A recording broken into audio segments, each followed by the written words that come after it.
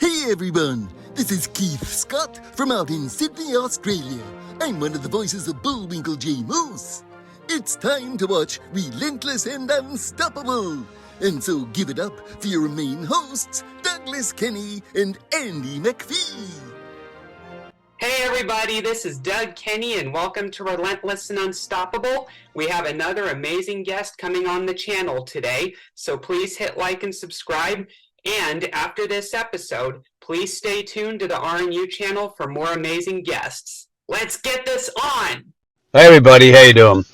Just a quick little share of why I started Relentless and Unstoppable. It was for one very simple reason, because of Doug Kenny. Nothing to do with me at all, zero. I was just coaching Doug, and he took on the coaching and mentoring, and he made all the changes. He took all the suggestions from his parents as well as my coaching, but it was all about Doug, his breakthrough and his weight loss, his willingness to accept that he is dealing with high functioning autism and other issues, but he's never quit, he's never given up. So we did one interview with him to share his story, and then we decided to start interviewing other people. And Doug has now taken over the whole channel, and he does all the interviews, he runs everything. He's just an amazing young man. So RNU was born from simply what an amazing young man Doug is, and his story needed to be shared.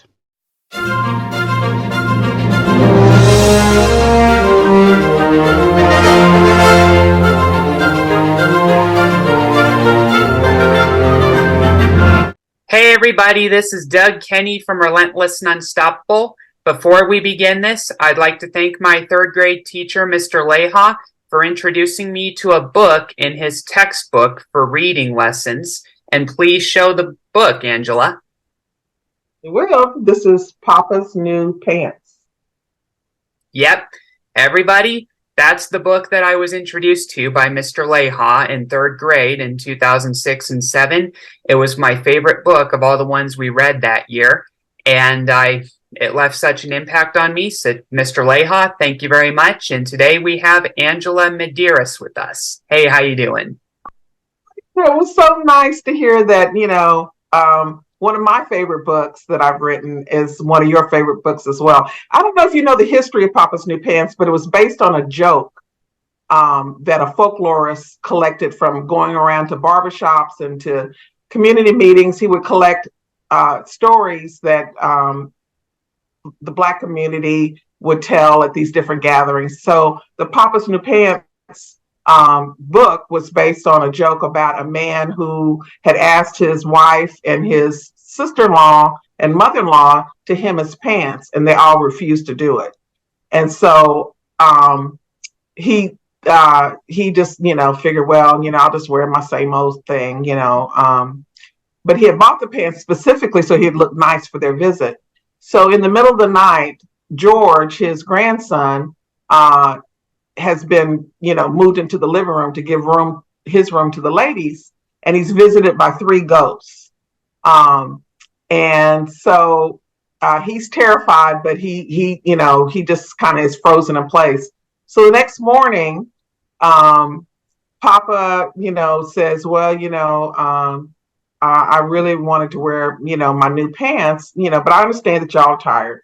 And so his wife says, well, honey, I got up in the middle of the night and I cut 6 inches off those pants and I hemmed them for you. And he said, oh, thank you. And then the mother said, I got up in the middle of the night and I cut 6 inches off those pants and I hemmed them for you too. And he says, you cut off my pants too? And then his sister-in-law said, I cut 6 inches off those pants and I hemmed them for you too. And so the pants are way too short for Poppa, but it turns out to be perfect for George. So he winds up wearing Poppa's new pants to church. And that's the story. And that solves the mystery of the ghosts that had visited him throughout the night.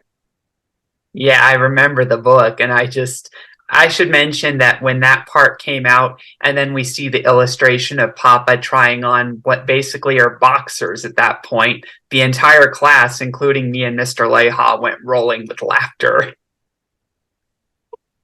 Show you that picture? Can you see that? Bless his heart. He tried so hard. Yeah. Yeah.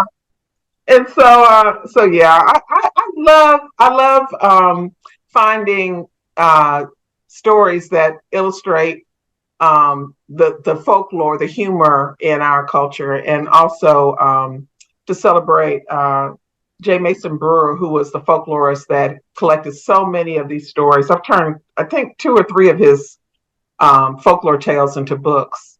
Um, and I love making children laugh. So I love it when it has a really good punchline to a story.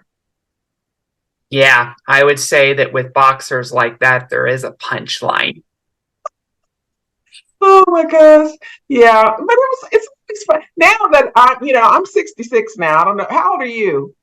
I'm 25. Oh God. Anyway, I have shoes that are 25. But now I'm hearing from people your age who, when they were children, read my books, and it's and they're reading my books to their children. So if that doesn't make you feel really, really elderly, I don't know what would. Yeah, I know exactly what you mean. I'm a self-published author. Sell your books. Yep, throw all the junk food away, and I wrote it based on my journey with health and fitness. It's a kid's book. About that. Yes, and I thought it was really impressive because um, the fact that you cut out just sodas mainly, right? Sodas was the main reason why you were gaining weight. Soda was the main reason, yes, and my addiction to soda was it was so terrible. It was very hard for me to beat. It was the hardest thing I ever beat was that addiction, and it was so bad that I was actually shoplifting soda and stealing Oh things to fuel it. my gosh, Yeah, that is an addiction. And you know what? People don't realize how powerful the addiction to sugar is, and how hard it is to really wean yourself from eating, huge amounts of sugar. It gets into your bloodstream, and you crave it. And so, but I've never heard a story like yours. I really haven't. yeah, it's amazing what I overcame, and I had to make it right with a lot of people when I finally Right. quit that addiction because I wasn't just stealing from stores. I was taking sodas from other people and teachers, getting in trouble in school for it, and it got to the point where in 2011 when I was in middle school, the principal, who I did have a good relationship with overall that year, she would go up to her office and the secretary would be like, don't go in there because you're not going to find one of your Dr. Peppers, while rolling her eyes, you know? And she would say, why is that? And she would say, guess. And that's when she would know it was me, you know? How would you slip in there without them knowing you were in there? Oh, what was that? How did you get into our office without anybody knowing that you were in there? Because I would literally walk in front of them. Like I didn't even try to cover it up. I just walked right past them and would drink the Okay. Dr. Peppers off her desk. It was that bad. And what was very interesting though is when I quit the addiction, I later made it right with the principal and brought her onto RNU a couple years ago to talk about, addiction and all that using my example with her. You know what I mean? Yes.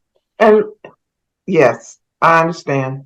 Um, but it's so admirable in that you're able to take all the challenges that you've had, and there have been numerous challenges in your life, and turn them into what I think is the perfect name for your podcast. You know, to be unstoppable, to be relentless. Um, because a lot of people, I think, would have just given up. Yeah. And you know what was really ironic? A few weeks before I quit the addiction, my mom caught me in the act of drinking soda again when she tried to force me to stop. And she said to me, you really need to quit, Douglas. And I said to her, I just can't do it, Mom. It's too hard, and my life depends on soda. My happiness depends on soda. So I told Wow. her, I'm not going to quit. And then, sure enough, 3 weeks later, I had a few nights that were restless. I was getting overexcited and over hyperactive because of the caffeine. And when I had my fourth in a row restless night, I realized it was all the soda I was drinking. I was drinking 2 liters of soda per day, sometimes even 5. And How much sugar is that? And how much sugar is that? I'm not sure, but I don't want to imagine it. Oh my God, I can't even. It must be. I can't even. I can't even figure it out because I try not to really drink sodas, but I can't even imagine if you're drinking. So that was five 2 liter bottles of soda that you In drank most in one night. cases, yeah, in most cases it was 5, but sometimes it was just 3, but it was that bad of an addiction. And, let me tell you, on the fourth night that I didn't rest well because of all the caffeine and everything, I Right. finally connected it to the soda. And I just said, all right, I'm done. I don't want to lose any more sleep. I don't want to go insane because of this soda. I quit. But that was only the beginning. Then came withdrawal, which was really terrible. And I never have had soda since March 6th of 2020. That was the day I quit. And it didn't take me, and it took me until November or September to feel of that year to feel 100% like myself again after quitting the addiction. Goodness gracious, that is really something. So when I finally get the Kitchen Diva show up and rolling, I would love to circle back to talk about that. Do you have diabetes? Do you or do you don't have diabetes? No, but a doctor told me that if I kept drinking the amount of soda that I was drinking, I would have gotten diabetes eventually. He Yeah. predicted he predicted that I would have probably got it within 3 years if I didn't quit the addiction. Yeah, I would love to come circle back because people don't realize how hard it is to when you have a diet that's high in sugar, how addictive that can be, and how difficult it is to change, your eating patterns when you become accustomed to, um, certain types of food, and that's just part of your daily routine. Um, I don't think people think about having soda as an addiction, and people just say, well, this is what I like to drink without real. And so you might have 3, 4 cans of this or that. Um, that's a lot of sugar, a It lot. is. It was unbelievable. Like, even a lot of my friends were shocked with how much soda I was drinking. Like, all the people around me were just like surprised and shocked. And they didn't make me wrong for it, but I could tell that they were very uncomfortable at the thought of drinking that much soda. And what about your teeth? Did it do anything? Did it impact your teeth?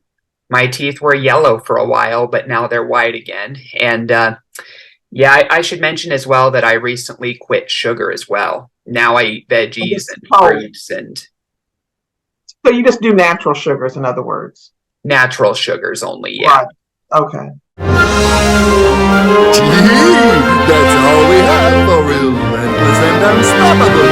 So tune in to the next episode to hear more amazing stories from our amazing guests. This is Keith.